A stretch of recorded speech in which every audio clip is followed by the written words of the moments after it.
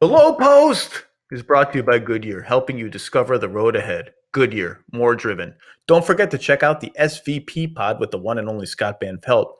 On the latest episode, SVP talked to ESPN NBA analyst Tim Legler about the art of the touchscreen. Wow, that's cool. You can find the SVP pod wherever you get your podcasts.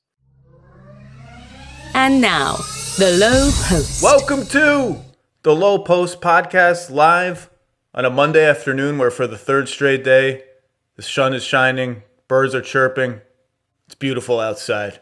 And we're only 9 days away from the NBA draft. And to help us preview it, two of the very best in the world at what they do. And think about how rarely you could say that about someone. The best in the world at what they do are draft experts, Jonathan Givony and Mike Schmitz. How are you guys doing? We're doing great. Thanks for asking. Yeah, great, man. Thanks for having us. I always ask. I think it's the polite thing to do. Thank you for coming on and giving me a little time. I know you guys are busy, but does this feel, are you less busy? Are you more busy? Givony, you go first. Is the pandemic, how has the pandemic changed the lead up to the draft for you, if at all? Obviously it's changed the lead up for teams. They have less information. They've had less access to players, but from your information gathering perspective, is it any different? It started to heat up now. It was just weird that for months on end, I felt like, and a lot of NBA teams that I talked to felt the same way. They just didn't want to talk about the draft. They're like, it's too far away. We can't think about this right now.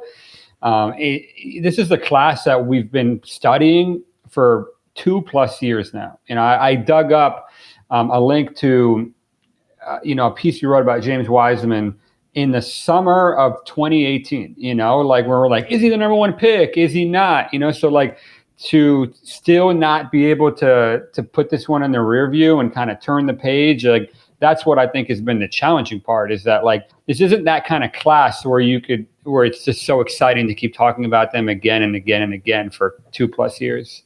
Yeah, people are within the league are getting tired of this draft class. They're ready to move on. They're definitely ready to make some trades. There's some itchy trade trigger figures. I don't know when the moratorium is going to be lifted, but people expect there will be a lifting of the moratorium some amount of days before the draft. And get ready, because stuff is going to start flying. It's going to be fun. Let's start with what you wrote today, Givony. The latest buzz going into the draft again, 9 days out. And I thought right off the top, it was very interesting.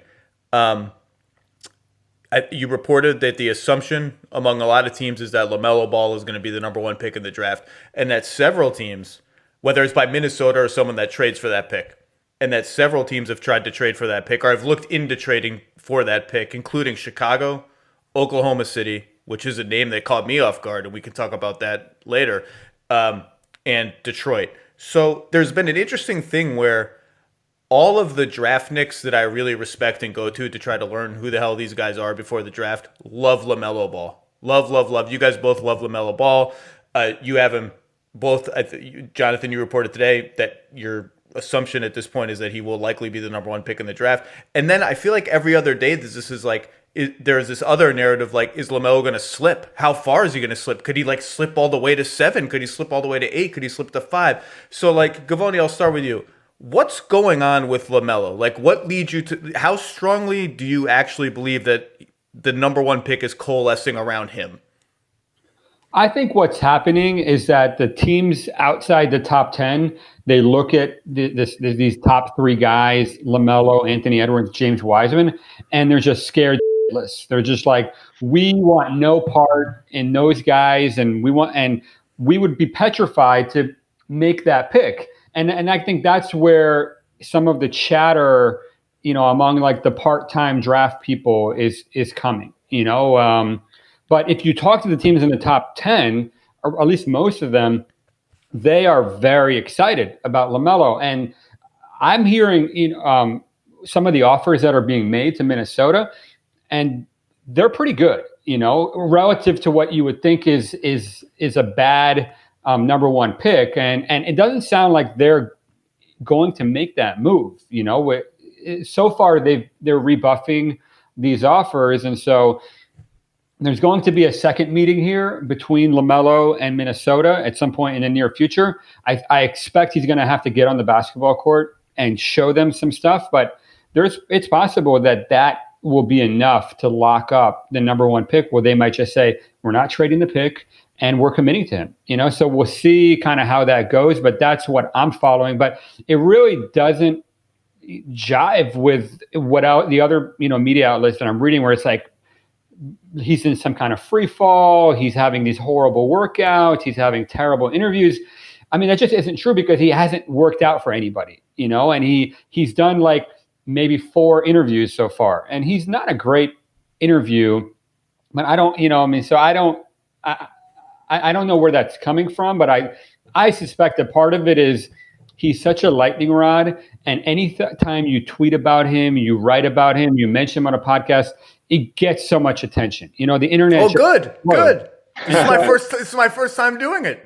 Yeah, and so that to me is what it is. It's like, let's take the opposite stance. LaMelo stinks, and LaMelo is free falling. That's how you get attention, in 2020, and that I think is where it's coming from. So Schmitz, Minnesota is a very unusual team to be picking number one in a couple of senses. They're bad, which is not unusual, but for a bad team, it is unusual that they have 2 not quite mid-career veterans, but not far away from that they view as ensconced at 2 positions in D'Angelo Russell and Karl Anthony Towns. So they, in theory, could be more concerned about fit than most bad teams picking number one in the draft. They also owe their 2021 pick to the Warriors with top 4 protection, so they have some incentive to try to be decent, unless the season spirals out of control, in which case they have some incentive to be like as bad as possible. So they're unusual in that regard. You both have written a lot about LaMelo. Mike, obviously the concerns that I've watched enough film to know that he's a genius passer. Like all that is he's very tall for a lead ball handler, and he has it. Whatever it is, he's got it as a passer. The jump shot, and I hear as many concerns about his defense as I do about his jump shot from front office people who are looking at him in the draft. So Mike, jump shot, defense, what kind of fit would he be in Minnesota if they were to take him? I think it would take some time for them to figure it out with him and D'Angelo, both guys who need the ball in their hands more or less to be effective. But I think they can make it work. Like we've seen, this is a multi-ball handler league, right? You want guys who can pass, dribble, shoot. And I think that they would eventually figure that out. I mean, with those 3 guys, that's one of the most skilled under 25 kind of big threes that you would really have, in the NBA. Now, I think the bigger question is defensively, what would that look like, right? And what's going to save LaMelo there, I think, is that he's 6'7", and he's an incredible rebounder. He doesn't look like he would be a bad defender. Like when I started hearing front offices tell me how bad he was defensively, I'm like, well, he's big. He's big for a guard. So tell me more about how you can see that projecting.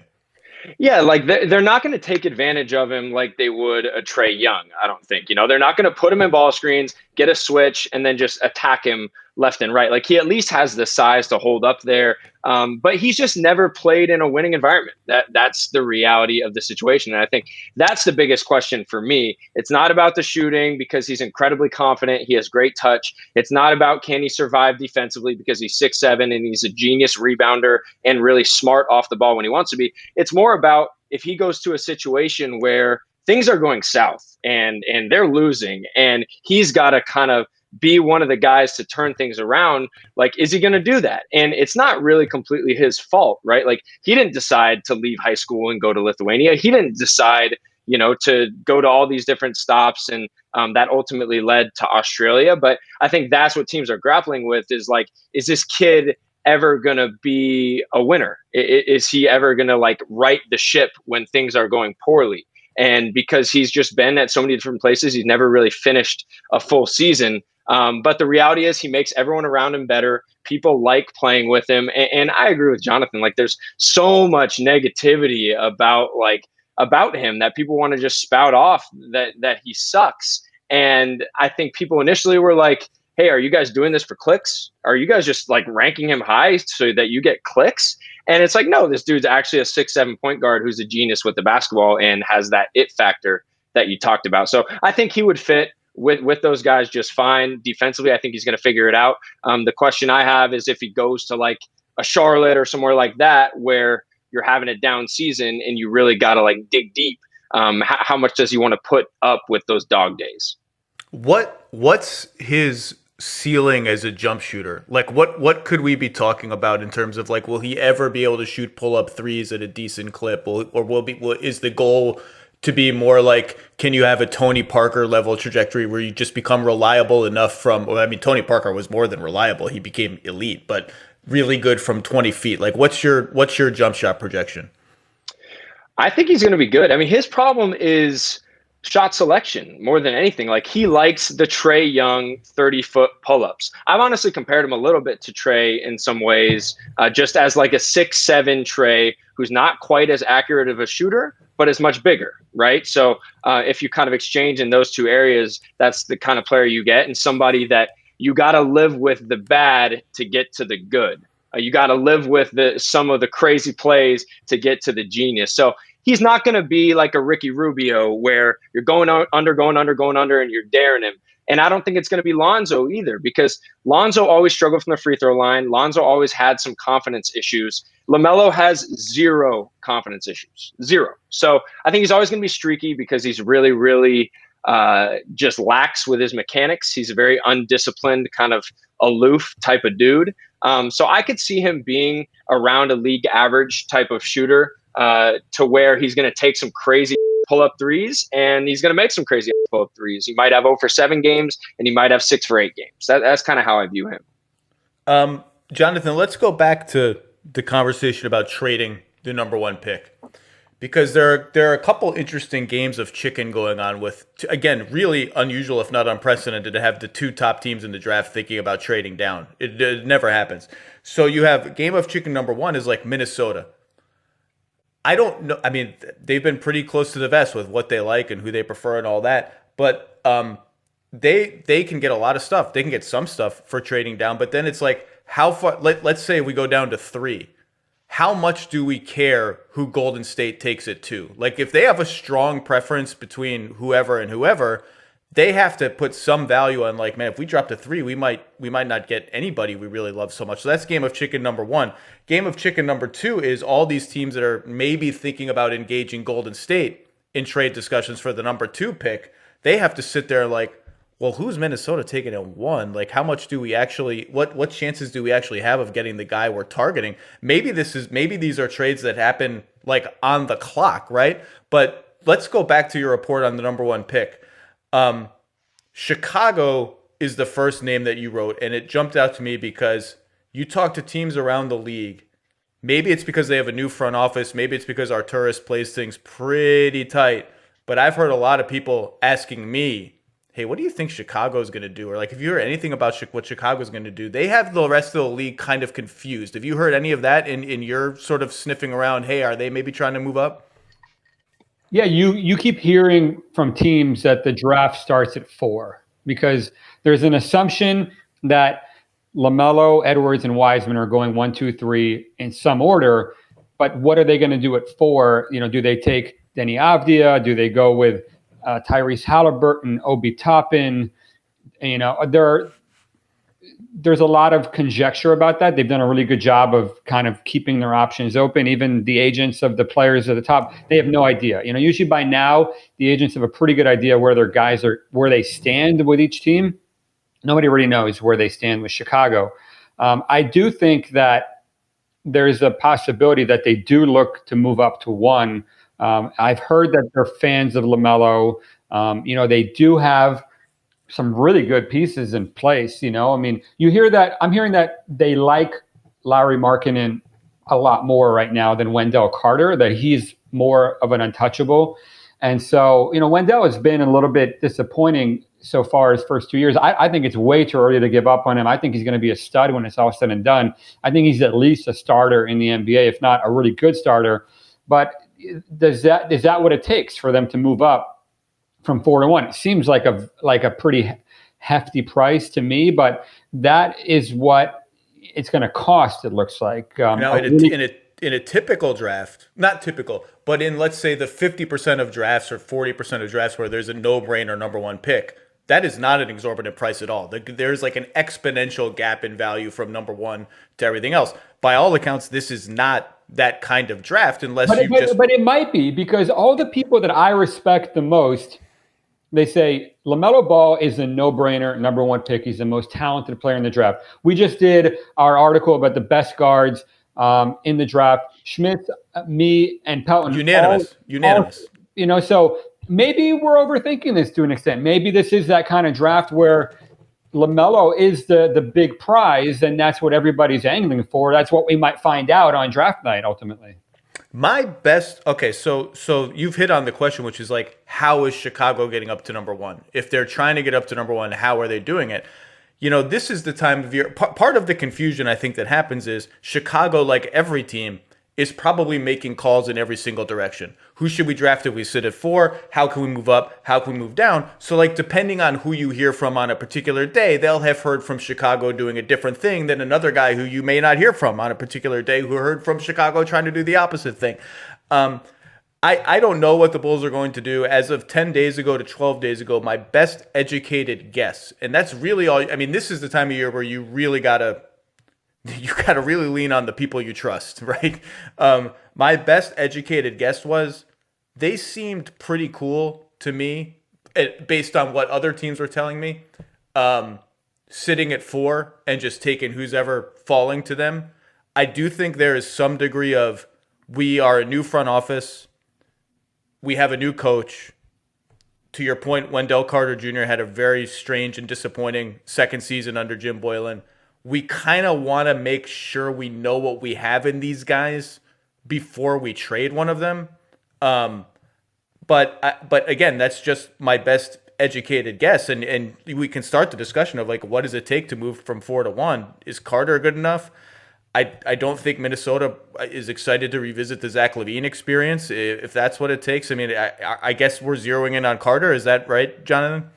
Doesn't sound like Lowry is on the table, and so and then the question becomes, how much can you play Cat and Carter together? I mean, I think they can play 10 to 15 minutes per game together, and then Wendell takes the backup center minutes, and and it works out. There's 96 minutes there to go around, so it's not a problem.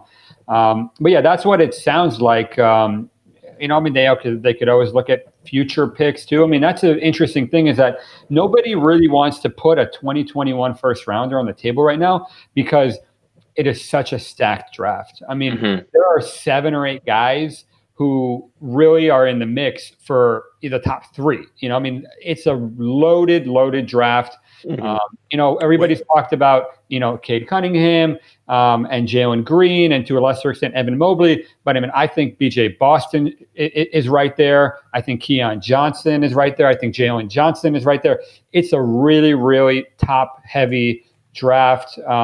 And, it's going to be a really weird season in college. So we'll see how those guys get scouted, how many people are going to be able to get actual eyes on them physically in person.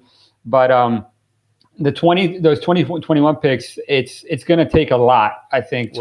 You talk to people who have engaged with the Warriors on any kind of level. I mean, just because what other thing people need to understand is just because Team X calls Team Y doesn't necessarily mean they're interested in trading with that team. They just start sniffing around for intel. They have friends on that team. So when you talk to teams who have talked to the Warriors about the number 2 pick, it doesn't even necessarily mean they're trying to trade for that pick. It's just they're having conversations just as you would. The Warriors seem to those teams to value that Minnesota pick more highly than they value the number 2 pick in this draft, which has been, and Schmitz, it sounds like you're nodding a lot. It sounds like you agree. And, the next class is loaded. 2022 might be the super draft, right? Yeah. I mean, I think Cade Cunningham would go number 1 in this draft, potentially. I think Jalen Green would have a chance to do that. Zaire Williams, all the names that Jonathan said, like, I mean, these guys are complete studs. And then as you continue going down the line, I mean, the drafts ahead of us are all going to be better than this one, we think, at this point. So, yeah, I would hang on to those 21 picks for sure, especially with Cunningham coming down the line. He's the one, I think, where people feel really, really comfortable. Like, this dude is going to be an all-star early on in his career, like 6'7", 6'8", great body, close to a 7-foot wingspan. Like he can play 1 through 3, even 1 through 4. I mean, he is like the epitome of the modern NBA. Going to be playing for Oklahoma State this year. So I think everyone should hold on nice and tight to those 2021s. So, speaking of Minnesota and like, what if they trade down and this and that, part of that equation is, again, how much do they really like someone that they need to be at number 2 or number 3 or wherever or number 1 rather to get? Like, how much do they really like somebody to stay? And that makes me want to ask you, Schmitz, first about Anthony Edwards, because boy, does that dude look the part. Like, and Givony, you had a detail in your piece today about the people at P3, which is the workout place in Santa Barbara, and also the place that tests all the athletes that come through the draft combine in normal years. He exerts more force in leaping and jumping drills than any player ever at his position. So that was Schmitz's nugget, I think. Huh? Oh, that was okay. Schmitz, congratulations. That's your nugget. I loved it. No, you should take it. It was a great nugget. I had to pause reading that and like made sure I read the sentence correctly. He was also my favorite participant in your film sessions. He was such a good sport about everything. He was really, really funny. And then you talk to people around the league and they're like, oh yeah, Zach, he's just like Deion Waiters with like, he can jump a little higher. I'm like, Deion Waiters? He's like, so tell me, and he's not number 1 on either of your boards. So Schmitz, give me your level of like, how far is the drop from LaMelo to him in your view? Like how excited would Minnesota fans, should Minnesota fans be if he's the one they end up with? Like what's your take? Because this is like, that's really, really polarizing when you hear something like that. Yeah, I think this is where Jonathan and I probably differ the most, at least toward the top. Like, I like him. I mean, he is an insane, insane talent. And maybe it's because I was at that Maui game against Michigan State when he had 37 points. And like, you just don't see regular dudes do that against one of the best teams in the country. Like, it was 30-foot step back. He was rotating for blocks. He was throwing like 2-handed bounce passes through traffic and transition. And that's not even a strength of his. So like, his talent, his like ability to score the ball at that size, like 6'5", 230 pounds, is one of the most impressive I've ever seen. So, I think the Waiters thing is definitely shortchanging him. I've always thought like, okay, Wiggins, I can see a little bit more in terms of like, he's a crazy talent who you don't always get as much out of him as you would hope, right? Like Wiggins, we know sometimes we're like, man, just like give us a little bit more. And that's kind of been his career. But even with that said, like this dude still averaged 19 points a game in a major conference, had some monster games, and is as shifty as I've seen at 230 pounds. So those P3 numbers I thought were really, really impressive. You never want to put too much value in that, obviously, but they were like giddy showing me some of that stuff. They're like, it's not a bad thing. You should put some value in it. Right. Yeah. And it wasn't just the force too. It was like his ability to stop and start was very like Harden-esque, just with like slamming on the brakes and then the ability to accelerate like crazy. Like, so obviously Harden was super, super accomplished. He was very efficient. He's a much better passer, like obviously, but just in terms of a guy who has that strength and that shift and can go get a bucket against anybody, that's what Edwards has. So he's a turn it off, turn it on type of guy. Like that, you saw it in the film session. That's Anthony Edwards at his best. Like that's when he's vivacious and he's charismatic and he's like really, really feeling good. And then some days you'll interview him and you get the complete opposite. Or some days you go to a practice and it's like, man, is Ant-Man going to wake up? And I think that's what they battled throughout the season. But he's never really played in a program where winning was super valued until this year at Georgia. He reclassified late in his career. So he's like a ball of clay.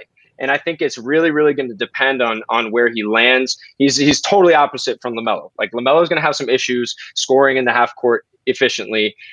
He's not explosive. He's not physical. And this kid is all those things. Like he can score with the best of them. He can go get a bucket against any defender. And he's really, really forceful to the rim at that size. So I'm a fan. Now it's up to the NBA teams. Like it's their job to identify the talent and figure out a way to get through to this kid and make him consistent on a day-to-day basis.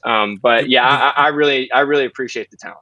Givony, would you like to deliver the counter argument, or do you feel like you have sufficiently done so in writing and other media so far?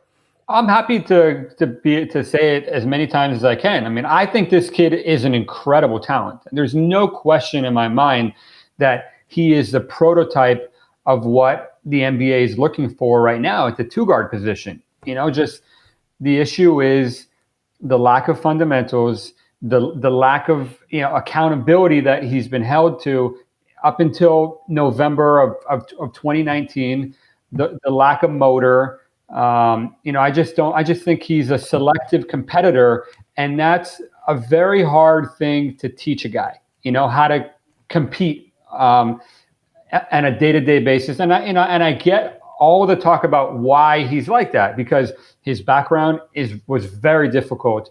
He was bought and sold, for most of his career, every decision that was made for him was made under the guise of how do we keep this guy close and make sure we don't lose him. It wasn't what's best for this kid's development. It's like, let's turn down USA basketball invites. Let's not send him to Montverde Academy or IMG or a place where he's going to get pushed every day in practice.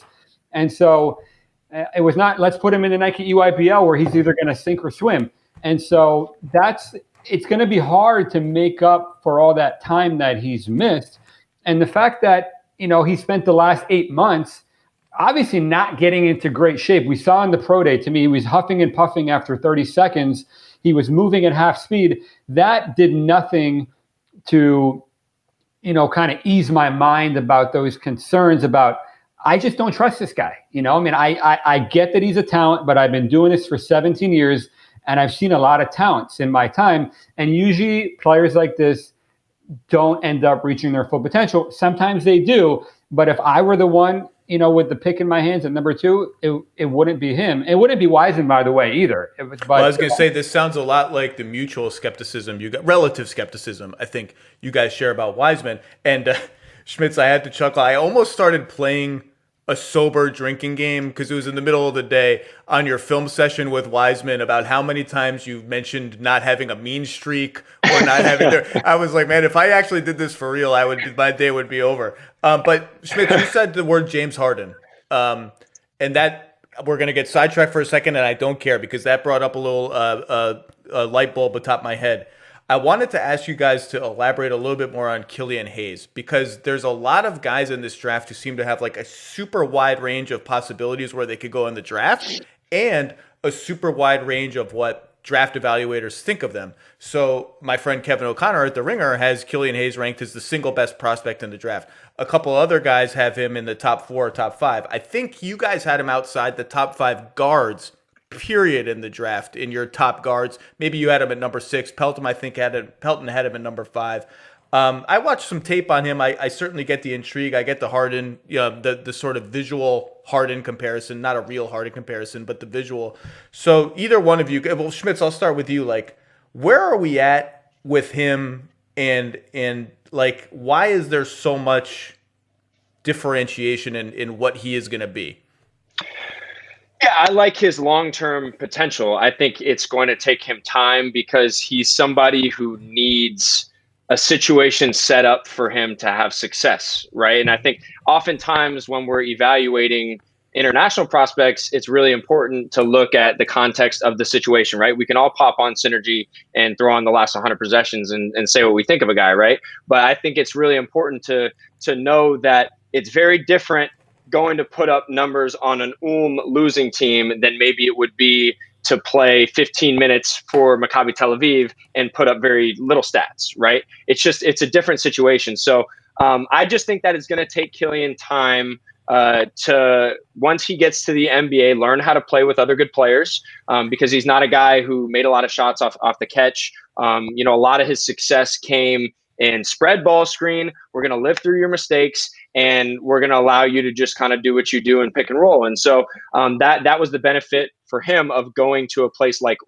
where the coach basically said, it's about you, Killian. This year is about you. We're going to make sure that you get drafted high. We're going to make sure that you're able to show your talent. And we're going to live with some of the losses. We're going to live with some of the turnovers. And I think ultimately that's going to help Killian for sure, right? It allowed him to, live through some of those mistakes and be able to develop his game. But in the NBA, teams aren't as patient, right? Like teams aren't as patient to just say, hey, Killian, here's the ball. If you turn the ball over 25% of your pick and roll possessions, we'll live with that. It's like, no, wait a minute. We have James Harden over here. We have Russell Westbrook. We have guys who are also really, really good with the ball.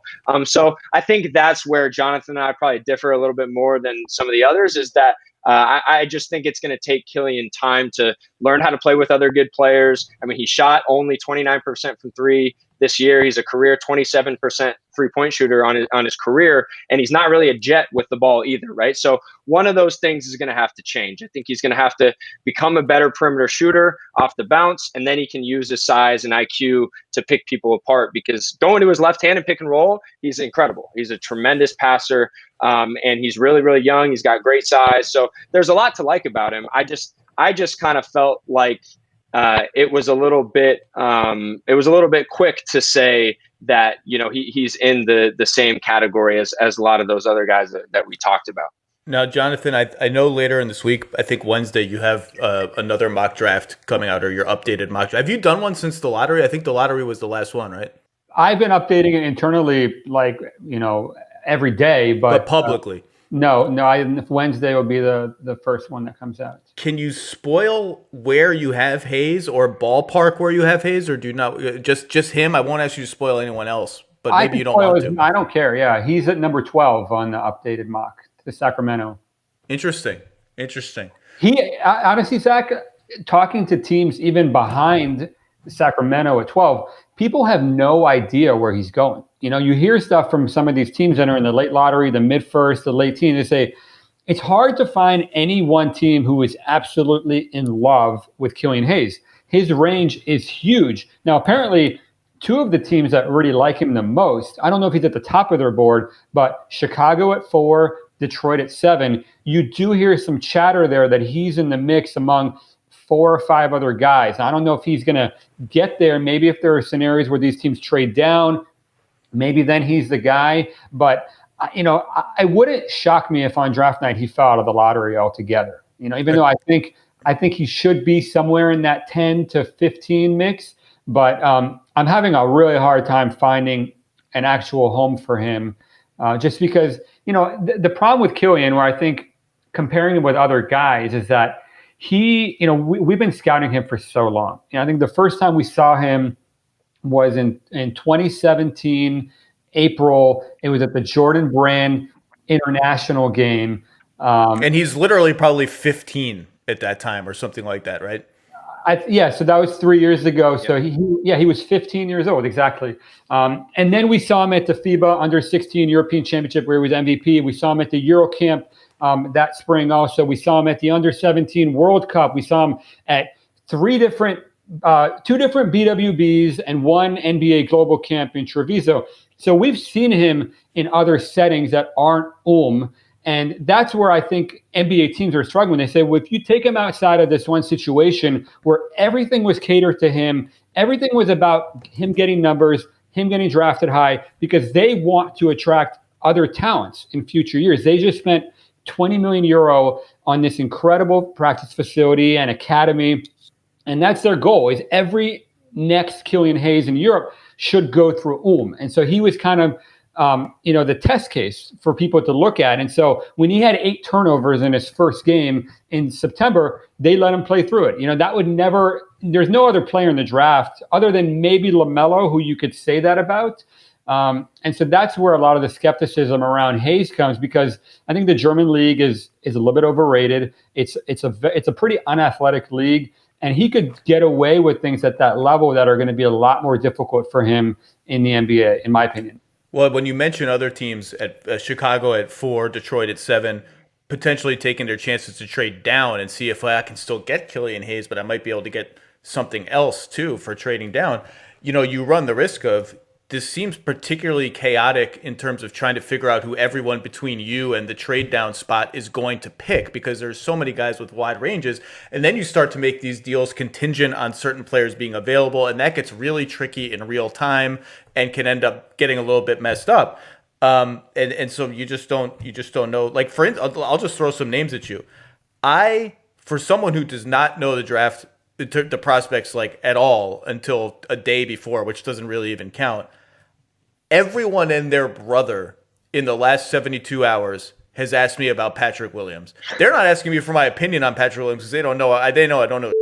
They're asking me, what am I hearing about who might take Patrick Williams? So, and Givony, he was in your column today as a surefire top 9 pick, I think, or top 10 pick, whatever it was. So I watched a little film on him. I get it.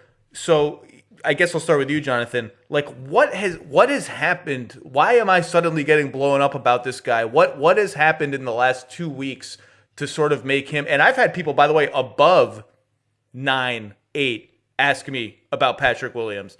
That doesn't mean they're going to pick him. That means they just kind of want to know the range. Maybe how can we trade down or whatever. Like, what's going on? I mean, this happens every year. There's always, one or two guys that just start rocketing up the board, even though they really did nothing, and then the rest of the league is kind of playing catch up. They're saying, well, what did we miss? Well, what do those guys know that we don't? And so that's what I think has happened to an extent with Patrick Williams. And, it's you watch his film, it's easy to understand why. He's 6'8", he's got a 7-foot wingspan, he's got an incredible body. He shows you just enough flashes of playmaking and off the dribble shooting. And then, you say he's going to be this really versatile defender who can guard 2 through 4 and maybe some point guards and maybe some centers. And so you start talking yourself into this guy as if we get him into the gym and lock him in and, develop his shot and, could he be Kawhi? And so that's where that comes from. I think it's crazy personally. I mean, I think he's a good prospect, but I don't think that he's a top 7 guy in this prospect. I don't even think he's top 10 for me. But that's definitely happening right now, and it's really interesting. It does happen, and in my experience, usually that's a mistake. Like when it very rarely works out well for teams where just the guy keeps rising and rising and rising for no particular reason, and then he ends up being, amazing. Let's talk about Detroit a little bit because you mentioned them possibly trading up and now maybe trading down. Again, these teams are looking at everything. My thing with Detroit has always been like, what do they have that actually makes it worth my while if I'm number 1 or number 2 to trade with them? And particularly from Golden State's perspective, it's like Luke Kennard, Svi Mykhailiuk, like number 7 in an unprotected Detroit pick. Like, that's good. Like, that's a good return, but it's not like helping me win the 2021 title. I'm not getting a veteran with I think Luke Kennard has a chance to be good, but he's been snake a bit with injuries, and he just has so much skill overlap with their best players, or positional overlap anyway on defense, that doesn't excite me very much. So I'm not really sure, about them, what. But then you get to this point where, like, if you're number 1 and number 2 and you just don't care, or you're confident the guy you're going to be there, you like is going to be there at 7, you should just do something for the sake of snatching up an extra asset to just to do it. Like, if you can get an extra asset for free with no cost, you should do it. And we'll talk more about that from Charlotte's perspective in a minute. But Schmitz, I wanted to ask you about a couple other guys again, like we just seem to have no idea where they're going. Tyrese Haliburton was engineered in a lab for me to fall in love with him immediately. I love everything about him. That doesn't mean he's going to be the best player in this draft. I loved the 30 minutes I enjoyed watching him play on both ends of the floor to try to cram some knowledge about him in. What do we have any idea what his range is? Like, do we have any idea who might be interested in him? It feels like 4 to 8. I think probably on the back end of that. But I think he'd be really interesting even as high as Chicago, to be honest. If you talk about his fit with Kobe White, just because he's not really a go get a bucket guy, right? He's more of a ball mover. He's highly intelligent, whereas Kobe White is more of a go get a bucket guy, right? And so I think that duo would be really interesting. But, you hear Detroit at 7, or I think, New York would be thrilled to have him, fall all the way to 8. The way I describe him is he's what we hoped Lonzo Ball would be coming out of UCLA. Like, highly unconventional, funky shot, but genius. It's funky. It's as funky as the hype led me to believe it would be. It's funky. But he's one of the best shooters in the draft. Like, if you look at it's crazy. I mean, it's almost like he's teeing up a golf shot and then just like ripping it down the fairway. But that's how I describe him. He's what we hoped Lonzo would have been. He doesn't have a ton of juice off the dribble. He's a little bit light. But he does pretty much everything on the court. He's an incredible off-the-ball defender. He's super smart. And I think the difference between him and Lonzo is that he's a highly, highly confident kid with a huge personality. Like, and when I went to Vegas and saw him work out and play some 3-on-3, it's like people were so gravitate, like just how he lifted everybody's spirits around him. Like I haven't really seen that from guys. And so I was really, really impressed just by his mental approach to the game and how much guys gravitated toward him. And so I think he could really be that type of guy if he's not, drafted to a situation where they put the ball in his hands and say, hey, go create everything, because that's where he struggles a little bit. And few rookies are ready for that kind of burden anyway, which is why I think you guys have both written about how there's almost a stigma attached to Haliburton about how, well, he'd fit well on a good team. He'd make a good team better, as if that's like a bad thing, right? Because right. Is he a lead ball handler and all this? Givony, is his range as wide as I'm making it out to be, or is it not as wide? Is it like Mike said, like that 4 to 9 or whatever? I think that's what it is, yeah, 4 to 8. He's a guy that if somebody trades up maybe to like 3 or 4, whatever, he could be the one that they're targeting, So I think that's he's going in the top 10. I also agree that he'd be a good fit for the Bulls. It doesn't sound like he's got as much traction there as others, but if you have good pieces, like he's awesome for you. The problem is that all these teams in the top 10, they stink, And well, I can think of one team in the top 3 that doesn't stink, right, and is trying to win the championship next year. Well, they did stink, but they're hoping not to stink next year.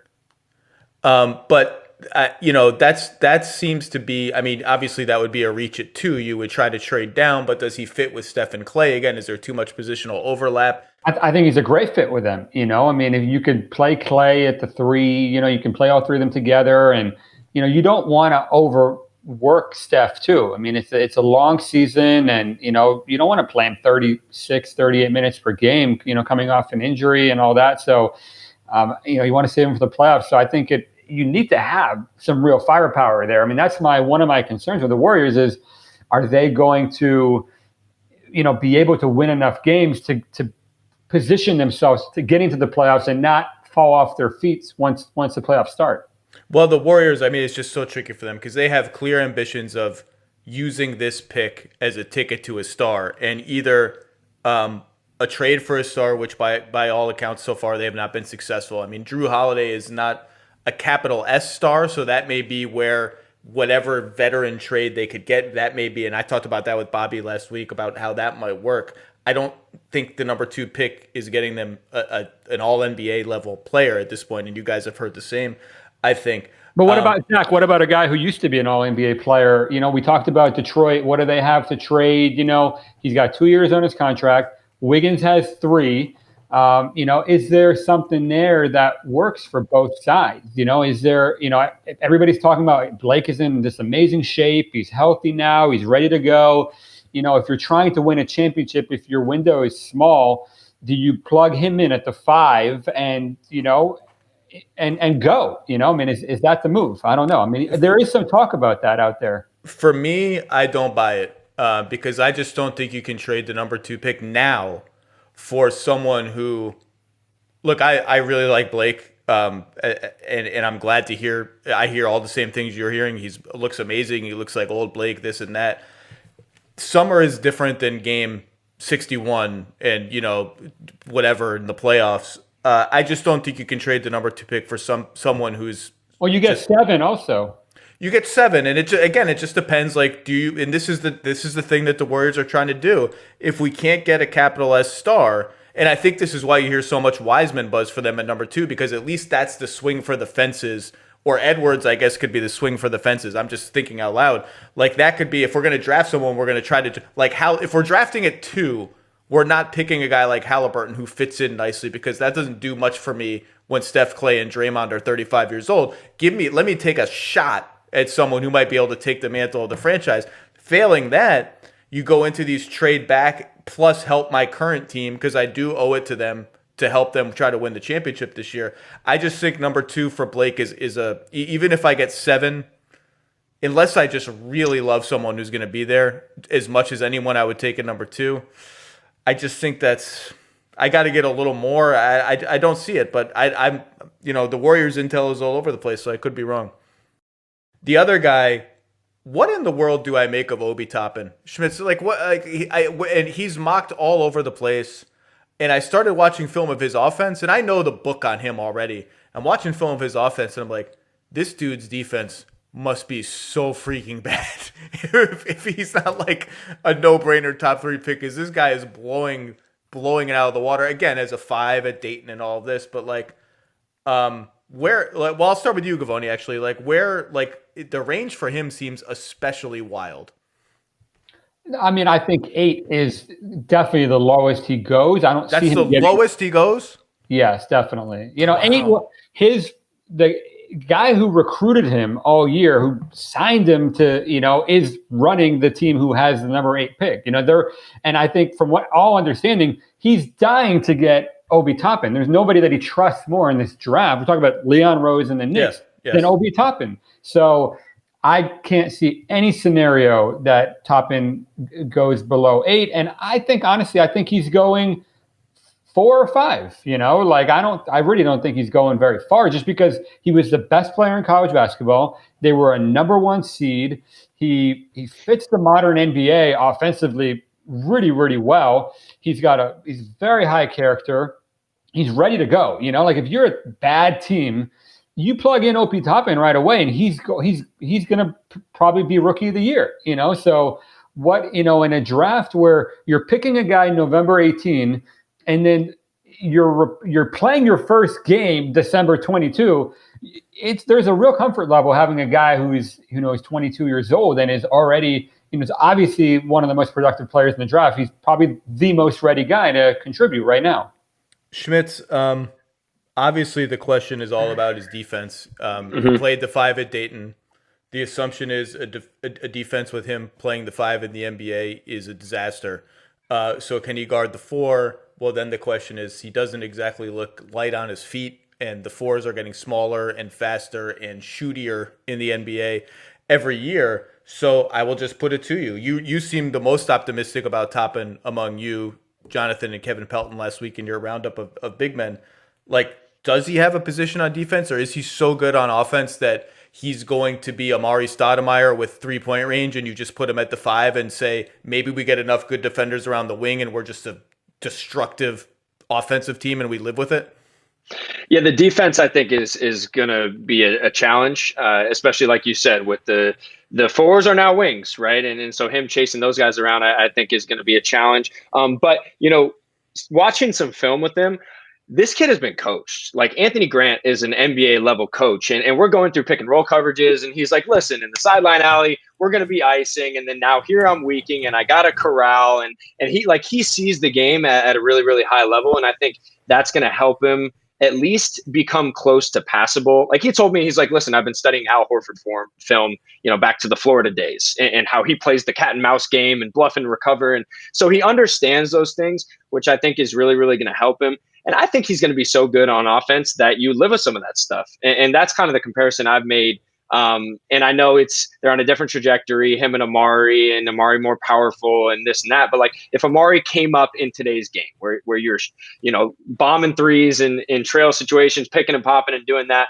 like I do see some similarities with those guys. And now this kid is a much better passer. And I think that's where his game is going to continue to grow. But, the question is drafting 22-year-olds in the top 10. I mean, if you look at like the last 10 years, aside from Dame, it's Chris Dunn, it's Buddy Hield, it's Frank Kaminsky, it's Jimmer Fredette, it's Wesley Johnson, Ekpe Udoh. I'm feeling pain like in my stomach. This is really hurting me.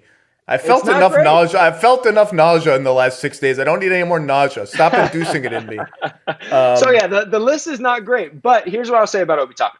He's on a completely different trajectory than any of those guys, than any 22-year-old pick. Like he had no offers out of high school, and then he goes to prep school, and then he shoots up 3 inches. He grew an inch during his first year at Dayton when he was an academic redshirt. So I do think there's still some untapped potential there, and he would be my pick for rookie of the year. He's 6'9", correct? Yeah, 6'9". Yep. See, 6'9", I think around a 7. I think that's part of the fear is like you can have a guy who's I look at a guy like Jokic, who I've always argued is not as bad defensively as his critics, and certainly there are matchups where he looks just just you don't even want to watch it. It's so bad. But when he gets in shape, and he's also huge, right? So you can live in certain contexts with a slow-footed, lead-footed, can't jump over a phone book center. When that dude is a legit 7 foot, rebounds everything in sight, has good hands, like Jokic is always at the top of the leaderboard in steals for centers and deflections overall, and at least can get big around the rim. And I know that you highlighted Obi Toppin's verticality around the rim at Dayton, but like Dayton's not playing an NBA schedule, and this dude is 6'9", so like you're just limited. There's just a limit to the number of solutions you have defensively. But Amari, if you want to make that comparison, and that's definitely who he reminded me of at first glance, like some of it was Steve Nash. But you could not do anything with prime Amari Stoudemire. That guy was dunking on your face multiple times a game. He had a smooth face-up jumper, a smooth face. Like that first step from the left wing, the left triple threat position, you're done. It's over. Nobody could stay in front of that, let alone a center. Like you had no chance. You put that guy with 3-point range, and it's just like it's going to be a problem. So I'm very curious to see which team pulls the trigger on him. And if he can indeed get better on defense to the point that he's average, because to your point, he is a good passer. And passing to me at least indicates like I have good pattern recognition. And even if that doesn't translate to a good stance on defense or fast feet on defense, it should translate to anticipation on defense. Is that fair to say? Yeah, I think he has really good defensive instincts. It's more like it's funny because he's such a leaper. He's so explosive, like north-south, incredible rim runner. Like vertically, great lob catcher. But he has this really, really narrow base, kind of hunched up top, and just is a little bit of a strange mover. So I think more than understanding the game, that's what kind of limits him. But I really do think that, he's going to buy himself some time just with his defensive IQ and the fact that he's a great dude. Like Jonathan said, he's one of the, more high character guys in this draft, and teams feel really, really comfortable, bringing him into their program. I do have to say, I said before the podcast, Mike, you have a way about you in these film possessions with players to right to their face. And I do this in interviews too. It's a skill you have to learn. Tell them what they're bad at in a way that's polite enough for them to say, I am bad at that actually, and here are all the ways I'm bad at it, and let me tell you how I'm trying to remedy being bad at it. It's remarkable. Givony, you look like you want to say something about this.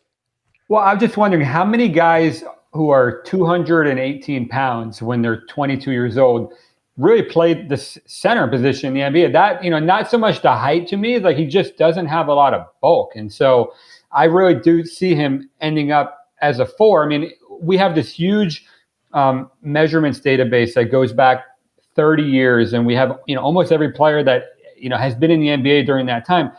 All of his physical comps are small forwards. It's TJ Warren, it's Chris Middleton, it's guys like it's Tobias Harris, Amari. I just looked back when he was coming out of high school, he was 232 pounds, and this was when he was 19 years old.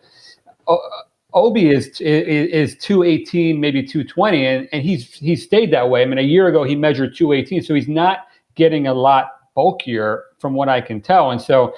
That's where he's going to struggle to me playing the 5. And that's why I think he's definitely going to end up being a 4. But like you said, he's so upright on the perimeter. He almost plays on stilts. And so he's stiff. He's stiff. And some guys are just stiff. Like it's not something that you can really change that much. Right. And so, to me, I see him more like a John Collins than Amari. I mean, still a really good player, somebody you definitely want to have on your team. But, I mean, that's where the hesitation, I think, comes from teams in the top 3 right now. Let's end by going back to the top of the draft, and I wanted to circle back to this. Your report that Oklahoma City may be trying to trade up to the number 1 pick to get LaMelo Ball. I personally have not heard that, but you're more plugged into this stuff than I am. And Sam Presti, you're not going to hear a lot about what's coming out of that front office, a lot of what's true anyway. But they have the 25th pick in the draft. They have they own a gazillion extra first-round picks from both Houston and the Clippers. And the Houston picks are far enough out where, like, you're looking at those picks like, ooh, those could be, if things go south with the Harden Westbrook thing, like, those could be good picks. And you want to say, like, the Clippers picks will be low in perpetuity, but like we don't know that. Those guys, Kawhi and PG, are free agents after this season. They're also not 25, they're 30. Some of those picks are valuable. I just don't know that you can throw a bunch of picks at me of uncertain value, right? Like the Houston picks could go the other way. Maybe some crazy stuff happens and the Houston picks end up being number 20 every year. I don't know. I'm a little skeptical they could just throw a whole ton of picks at the Wolves and get the number 1 pick. Maybe they can. What can you elaborate a little bit on what you're hearing? Yeah, just that they're one of the teams that's called and they're kicking the tires and, probably like everybody's doing, they want to see what would it take. I'm hearing that there's a real affinity there for LaMelo Ball. And the question is, what does it take? Because like you said, they have all the assets to do anything they want in this draft. And they have players too that people want. Even like a Lou Dort, a Steven Adams. Shea is untouchable. I'm so excited that Lou Dort just got mentioned. Say what you said. Did you just say Shea was untouchable? Yeah, I would assume that he's untouchable. Like he's probably worth more than the number 1 pick. But is he? The playoffs were pretty disappointing to me. He had 1 or 2 good games, but he disappeared for a lot of those moments. But I would just think that being 22 years old, with the trajectory that he's on. I'm not as big of a Shea guy as Schmitz is, for example, but I have a hard time seeing them, not ride that one out to see what he turns into because, that Paul George trade, like it's really looking like they won that pretty handedly. Let's just say you think LaMelo Ball's the guy. Okay? Sam Presti thinks LaMelo Ball's the guy. I have no idea if that's true. Let's just say that. I assume the same as you, Jonathan. I was talking this through with a bunch of people around the league last night. I said, I assume Shea's untouchable. He's just finished his second year. He's young. He's long. He averaged almost 20 points a game last year. And a few of them said, well, why would you assume he's untouchable for the number 1 pick? Why? Like, wouldn't that be the out of nowhere, oh my God, but when you start to think about it, it makes a little bit more sense move. Like he's a year away from being eligible for a contract extension. And if he has another good year, he's going to demand a max. If you just think he's a good number 2 guy or a good number 3 guy, let's say, and you think LaMelo Ball's the guy and you can just, flip Shea in 1 pick for that, like, I have no idea if any of this stuff is really happening, but it was you have these moments when you cover the NBA where something strikes you as on its face absurd. Like, of course, Shea Gilgeous-Alexander. I love Shea. I'm probably closer to Schmitz on Shea. Of course he's untouchable. He's a young cornerstone of a rebuilding team. Like, why would they ever trade him? And then you start to think about it and you're like, there are some scenarios where it's not insane. Like, let's put it, I'm with you, Jonathan. I don't think that's a thing that's happening, okay? I don't think that's going to happen. I don't think it's going to be discussed. If it is being discussed, I don't know that it's going to be discussed. Let me just be very crystal clear about that. But you can find smart people in the NBA who are like, just step back for a second, Zach. Step back and think. It's not as absurd as you think it is.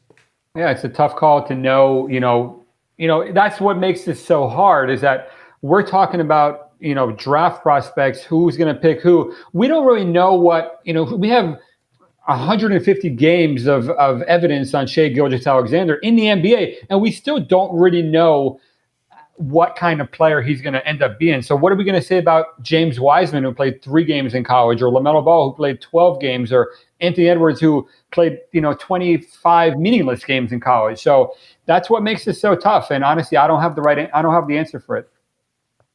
Schmitz, you remain high on Shea? Very high. Love Shea. Team Shea. Like over under 3.5 All-Star appearances, you're taking the over? I'll take the over. Interesting. I'll take the over. You? What do you got? That's a good line. I don't know what I would take. I might take the under. I might take like 2 or 3. I might take him as like, particularly if he stays in the West and the West stays this good, as like a guy who makes a few All-Star appearances but isn't like your perennial All-Star type. But I'm not sure. Like I'm really not. Playing with Chris Paul last year, he had a great year, but it also, to Jonathan's point, made you sort of confused about like, okay, exactly what is this guy at age 28? And like, he could be a lot. Maybe he becomes James Harden. I don't know. Like maybe he becomes a total number 1 apex predator kind of player. And maybe playing with Chris was so healthy for him because he didn't have to be that kind of player. And I don't know, but I've always been super high on Shea since I started to watch him play in the league, and I thought it was just a home run for Oklahoma. So, forget all the picks. I kept saying, like, they got Shea Gilgeous-Alexander in this trade. Like, that's crazy that in addition to all that, they got him. And let's finish up with Wiseman and Charlotte in particular, because there's been this assumption for months now that as soon as Charlotte hit number 3 in the lottery, they said, oh boy, okay, Edwards, Wiseman, Ball, okay, they could, they need a big man. How much would they trade up to assure themselves of getting a guy who is generally ranked the number 1 big man in the draft? And, I know that, Minnesota for sure is going to project, if you want this, and again, Minnesota has to decide, if we trade back to 3, what are we getting there? Mm-hmm. Who are we getting there? Are we getting someone we really love? And what happens if we're not? But you want the number 1 pick because all the buzz has been, and Jonathan, you repeated this today, Warriors are taking Wiseman at number 2. I have no idea if that's true. That's what the buzz has been. You want to come to number 1, you got to give us the mother load. You got to give us like Miles Bridges, the 3rd pick, an unprotected first-round pick at the very following year, something like that. And again, all you can really make is educated guesses because this is misinformation season. I'm sure the Hornets really like Wiseman. I do think they love the idea of ending up with him somehow.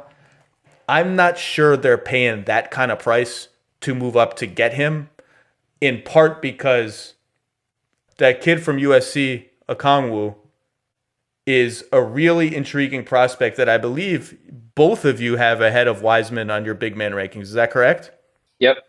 So, Schmitz, I'll start with you. Sell me on this guy.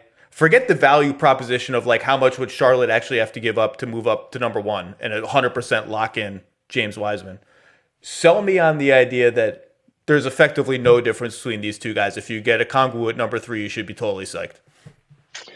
Because he's exactly what you want defensively in today's game, right? We're seeing so many 7-1 guys who aren't really there yet guarding pick and roll, getting played off of the floor. And I think that's what teams love about Onyeka is that if you want to go small and you want to play Bam or you want to go play even super small, then Okongwu is okay with that because he can switch ball screens. He's really, really good in these drop situations. Like he has a super, super high basketball IQ. And then if you want to play big, okay, fine. Like he can protect the rim. He's a little bit undersized against an Embiid or a Jokic. I think he's going to struggle against those type of guys, but he's about as close as you'll find to a guy who can play against those jumbo lineups and then can also play against those small lineups. And he has 30 games of experience under his belt. He played a full season at USC. He played oftentimes with 2 bigs on the floor also and a freshman point guard, and he still put up those numbers. So he needs almost no offensive volume to have an impact. And so I think that's why you'll hear a lot of chatter about really good teams trying to get into the top 10 to draft him because they know, that's what we're missing. Like for us to take the next step, that's what we're missing. That's the other thing, and I mentioned this in my column last week. I'm so glad you reminded me. In addition to the Pat Williams thing, and perhaps connected to the Pat Williams thing, I've had a number of teams in the top 9, 10, 8 of the draft say, there are these good teams, like really good playoff teams, who have been kind of like aggressively calling us, trying to see how to get our pick and what it would cost to get our pick. And the reaction of these teams has been, we don't know whether it's because they love a prospect, like they're trying to get in on this Pat Williams mania that apparently is sweeping the nation, or B, they're just trying to get something else to include in a big trade either at the draft or down the line. But it sounds like you guys have heard the same stuff, that these calls are happening, like you just alluded to it. Yeah, I've heard about a few different teams trying to get into the top 10. And he's again, I don't know specific prospect like you said, but he's the name that comes to mind for me, just because he's exactly what you need, defensively in today's game. And a lot of those playoff teams, they already have guys who can go get you 20 or who can, run the show offensively and do all those things. And he's kind of the missing piece that everybody's looking for. And when you hear the Bam comps, I think it's more a matter of the defensive side of the ball. It's the versatility that he brings there. Offensively, he's not a point center yet. He's not going to do all those things that Bam does. I don't think he ever is going to be that. But a lot of people who saw Bam at a young age would tell you they didn't see that coming with him either. So that's why I like Okongwu. He's just very, very safe in that he's extremely intelligent. He blocks everything at the rim. He finishes everything. He's a low maintenance dude. Whereas with James, love his upside, love what he could become. It's going to take him a little bit of time. He's played only 3 collegiate games. It takes bigs years in the league to figure out how to defend pick and roll, thinking quickly on the offensive end of the floor, moving it side to side, doing all those things. I think it's just going to take a little bit of an adjustment. But, if he's ever able to really master blocking shots, catching lobs, and then eventually is a guy who can space the floor as a shooter, then okay, he's going to be a stud. But I think for him, it's very, very situational, whereas Okongwu, plug him in anywhere, and he's going to be an impactful player. What do you say, Jonathan? I think if you're Boston, for example, that's the guy that you're targeting. You're trying to package 14, 26, and 30, and you're trying to move up. You need to move up ahead of Washington, who are at 9. That's where we have him now in our new mock is at 9, which to me is surprising because honestly, I would put him at 2 on my board. Yeah, based on what I have been hearing from people, I was surprised to see so many people have him going to the Wizards at 9. I'm like, wait a second, people are talking about this dude like he's a top 5 pick, no doubt. Right, it should be LaMelo, Okongwu, Isaac Okoro. That should be the top 3, but it's not going to go that way on draft night. And so the question is, where do you need to get to if you're Boston? And I don't think those picks get it done. It doesn't sound like 14, 26, and 30 gets you to 7 or 8. So which young player do they have to put on the table? And then you start getting that becomes complicated for them, I think. It's gonna be whenever the gates are open, it's going to be wild, and you guys have a lot of work left to do. So please read the column on the Draft Buzz today. The mock draft is coming out. What did you guys say, Wednesday? Wednesday night, because we have that mock draft show. I think Schmitz is on. It's Schmitz on ESPN 2. Oh, gosh, I should know that. Yeah, we'll say. I think it's ESPN. Okay, it's on television. There you go. It's on television. Yeah, one of our network, one of our employers. Where are you going to film this? Yeah, I'm flying to Bristol tomorrow. Godspeed. Mike Schmitz and Jonathan Givony, the legwork you do, the traveling you do, the analysis you do is just absolutely gargantuan and second to none. It's super fun to talk to you, and maybe we can reconvene after the draft or maybe the day before the draft, or I'm sure you have nothing else to do the day before the draft other than come on my podcast. But it's always a pleasure to see you guys. Please stay safe, and we will reconvene soon. Thanks, Zach. Awesome. Thanks, Zach.